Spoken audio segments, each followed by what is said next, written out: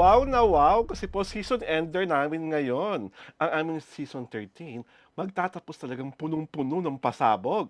Ito po si Alwin Ignacio, the Diva That You Love. Kasama ko ang aking kaibigang Ultra Maldita. Hi, this is Alex Brosas. Ito po ang The Kitty Show, ang tayo na talaking showbiz edition. At bago namin simulan ang aming pagtatapos for season 13, palakpakan muna tayo na may maraming sigawan para sa aming 11,422 plus subscribers.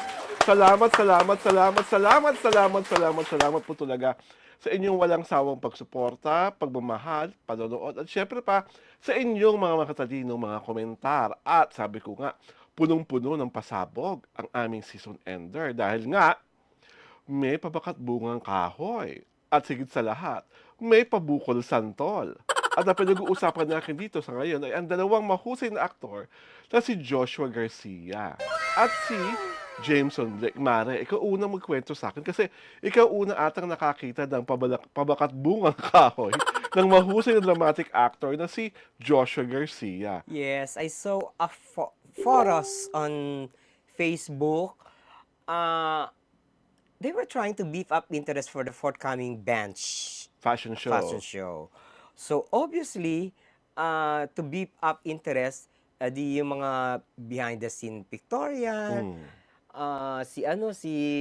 the first I saw was si Joshua Garcia. Very decently clad, di ba? Yes. Naka-pants, naka-polo. But something is protruding. Charot! Something is screaming for attention. Oo, Diba? tapos the caption was, wag ka mag-zoom. Di ba? Parang, diba? why will I not zoom? Ako pa ba? so I zoomed. So, it was a flashlight instrument. Charot! Yes.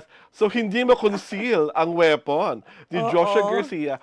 It's 11 o'clock. Diba? Nasuot niya kung anong mga pantalon. Yeah, diba? slacks. Sa slacks. Na parang cream. Parang cream slacks. So, talagang may kung anong bungang kahoy na pabakat kung pabakat. May diba? gumuhit. May gumuhit. Ginuhit siya ng tadhana. Yes. Charot! Nakabalatay.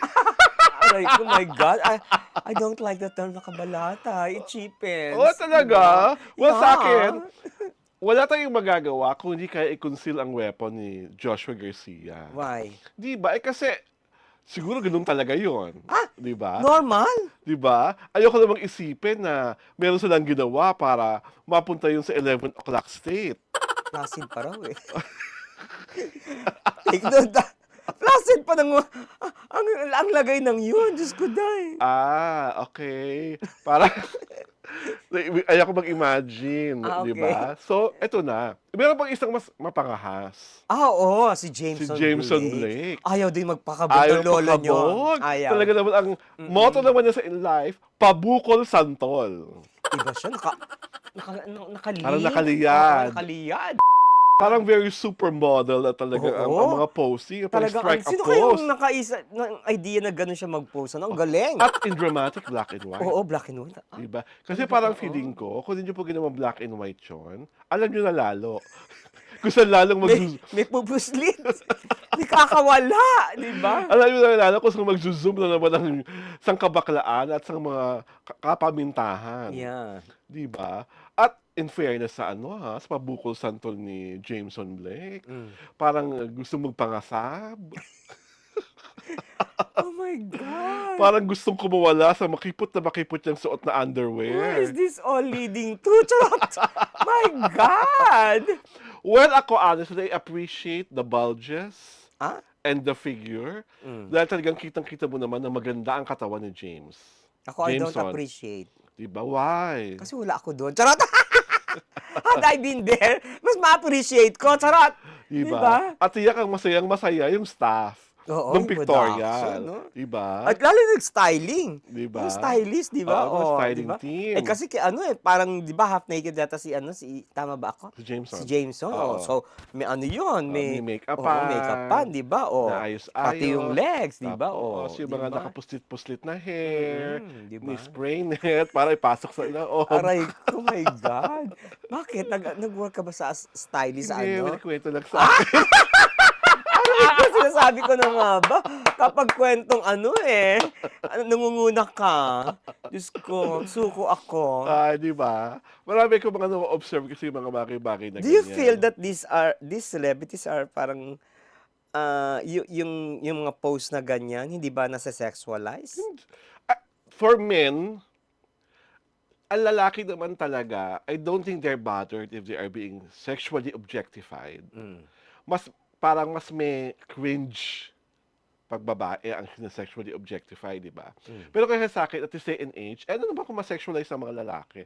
For the longest time, puro babae sexualize. Lalo na ba, pag lumalabas yung mga calendar girls, para sa mga haling alak, paminsan-minsan lang naman nangyayari yung ganito, that men are treated are exposed in a way, and pinaghihirapan naman nila yung estado ng katawan na yan.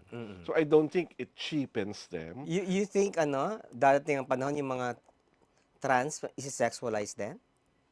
Yung sa trans, parang feeling ko it's not going to happen, especially in the Philippines. Ganun, bakit? Alam mo naman tayo, di ba?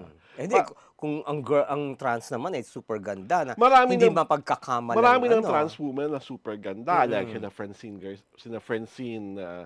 Francine Garcia, si Kevin Balot, si Tina Maristela. Pero I doubt if this company is going to get them as models and walk the ramp, or be given this kind of opportunity na binibigay kay Joshua, kay Jameson, at sa iba pa. Wala pa bang rumampang bading sa ano? Wala pa ba? Never. Never in all the bench underwear fashion shows na panood ko previously, wala pang rumarampang bading. Hindi, pero sa ibang brand, wala pa? Wala pa. Wala pa rin? Wala pa.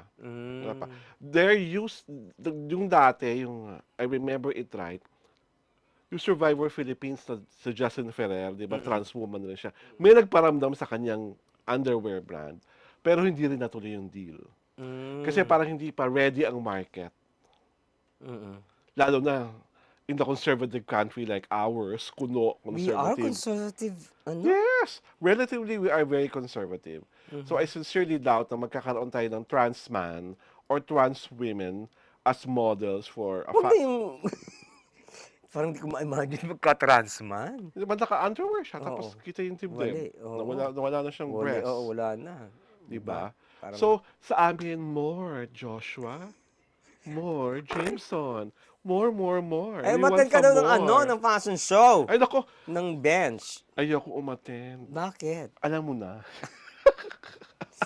Diyos ko. Have you attended one? Thrice. Thrice? Oo. Ako the first one. At the very first one. The very first one, I attended. Parang naguluhan ako. Parang, Kasi, di ba parang, ang dami-dami kasing rumarampa. oo, Tapos, dami na. Tapos, hiyawan ng hiyawan. Yes. Tapos, kasi yung stage, yung gilid ng stage, may mga Japanese lantern na boxes. Yun ang drama nila, tapos rampa ng rampa. Ay, bongga. ako, I've seen the first. I've seen the first, And oo, the second one, I think, was also at the Araneta. Then the last was at the SMX. Yung huling-huli was the SMX. Tapos after nun, hindi na nasundan, ngayon lang ulit. Kaya people are always... I think you have to buy about 5,000 pesos worth of bench products to get super VIP tickets. Ay, ako naman, press ako, kaya nakaano. Ako rin nung mga panahon na yun because I was like part of the press. So ngayon, dahil tapos natin pag-usapan ang mga pabakat bungang kahoy at ang pabukol santol ni Jameson Lake, babasahin na natin ang aming mga letter senders, di ba?